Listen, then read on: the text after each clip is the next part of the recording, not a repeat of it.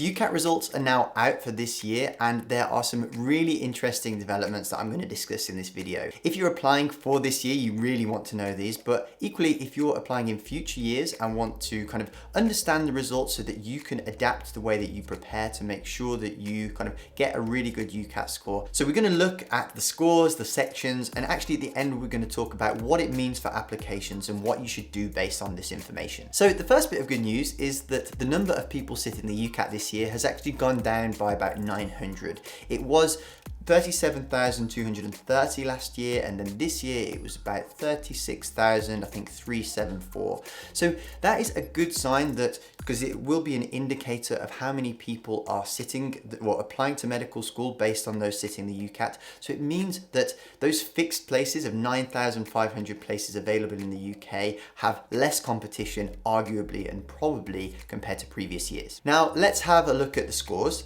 So firstly, it's good to look at the mean score. So the average person on sections 1 to 4 in the UCAT scored 2,500, which is just up 1 point from last year, so pretty much same as before. The average verbal reasoning score is 567, which is the lowest that it's been in 3 years. Then the decision making, which is typically the most variable score and hard to predict, was 616 this year as an average. Remember that the most that you can get is 900 in any given section, and the lowest that you can get is 300.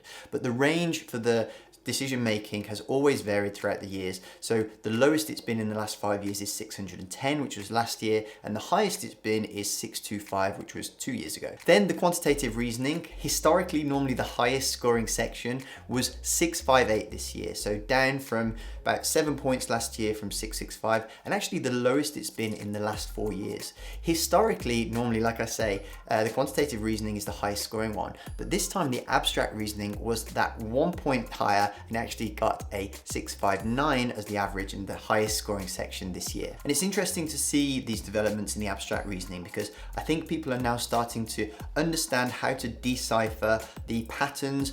This playlist that I made here is actually, I've had a lot of students tell me who have done this and then gone through my course that they, from doing that, have really understood how to work out patterns. And like I say, the abstract reasoning is the highest it's ever been in 5 years. So that score, I think, is a sign of people really starting to work out what they need to do to understand those patterns. So check out that video there if you want to learn how to improve your abstract reasoning score. So before we move on to SJT, let's have a look at the decile ranking. So as you know, it's a 10 decile system, which is quite important because if you're applying to medical school, you do need to think about getting in the top kind of like 2 or 3 deciles to really be in with a good chance. What's interesting is people forget that it's not just about the deciles, but the number of people who are applying each year. Let's say if you have, well, remember that we only have 9,500 medical school places. So let's say if we have 20,000 people and you're in the top decile, that means that you're part of 2,000 people, right? Typically, that's normally how it works, right? Let's say if you then got 30,000 people taking the test that year, then you are now part of a cohort of 3,000 that are in that top decile. So not only do the deciles matter, but the numbers applying each year matter as well, which is why we talked about that at the start. So what's really interesting about this year's deciles is the variety of range that we've got in this year's scores compared to previous. So for example, the lowest decile, the number one, or the first decile, is 2,120 as the cutoff score. Now that is the lowest it's been in the last 5 years. The same on the other end for the top decile, the 9th decile, the cutoff is 2,880. Again, the highest it's been in the last 5 years.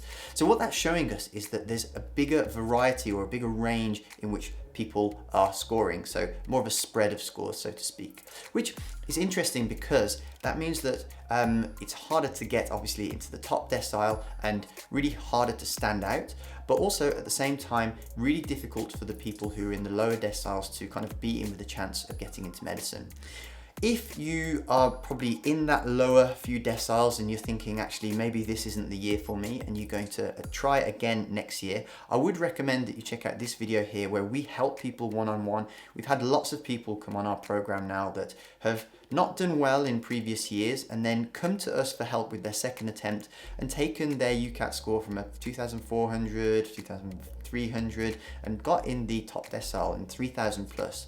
Like I say, anyone who's applying to grad or going to the competitive UCAT universities, I really encourage them to go through my program where we've helped loads of people, because we are aiming for that golden number of 3,000 that's really going to set you apart and help you take control of that med school application to give you the best chance of getting in. And just to round it off, I'm going to quickly show you the entire 9 deciles and all the cutoffs for each of those.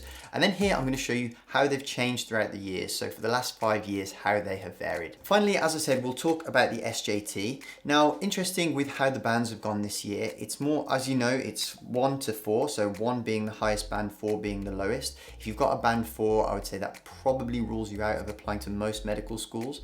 If you've got a low UCAT score or a low SJT band, I recommend you check out this video here on what to do if you've got a low UCAT score. But let's have a look at the scores as how they've appeared.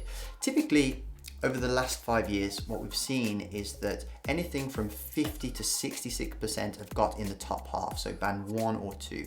And I think if you're applying and you're serious about getting into most medical schools, but particularly the most competitive ones, you really need to be getting in those top 2 bands. So this year we've had 20% of people achieve a band 1, which is kind of about average really compared to the recent years. Then the band 2 we've had 36%, so that means that 56% have been in the top half, which is about average. So then finally band 3 we've had 31% of people achieve that, and only 14% achieve band 4. So that wraps up the scores for this year. If you're in a position where you didn't do too well and you are thinking that you're probably going to have to reapply next year, I assure you that the sooner you start and the more effort you put into it, the better you're going to do. Yes, there is UCAT burnout if you do too much of the intense prep early, but if you lay the foundations by familiarization and just kind of what I call phase 1 and 2 practice, you can really make sure that you do well. So check out this video here to find out how we can help you one-on-one to get that 3,000 plus score. Otherwise, you might be sitting the BMAT as an alternative. And if you're doing that, check out this video here that's going to teach you the best way to prepare for the BMAT to get one of the high scores that you need to get into some of the more competitive universities. Thanks for watching, and I'll see you over in one of those videos.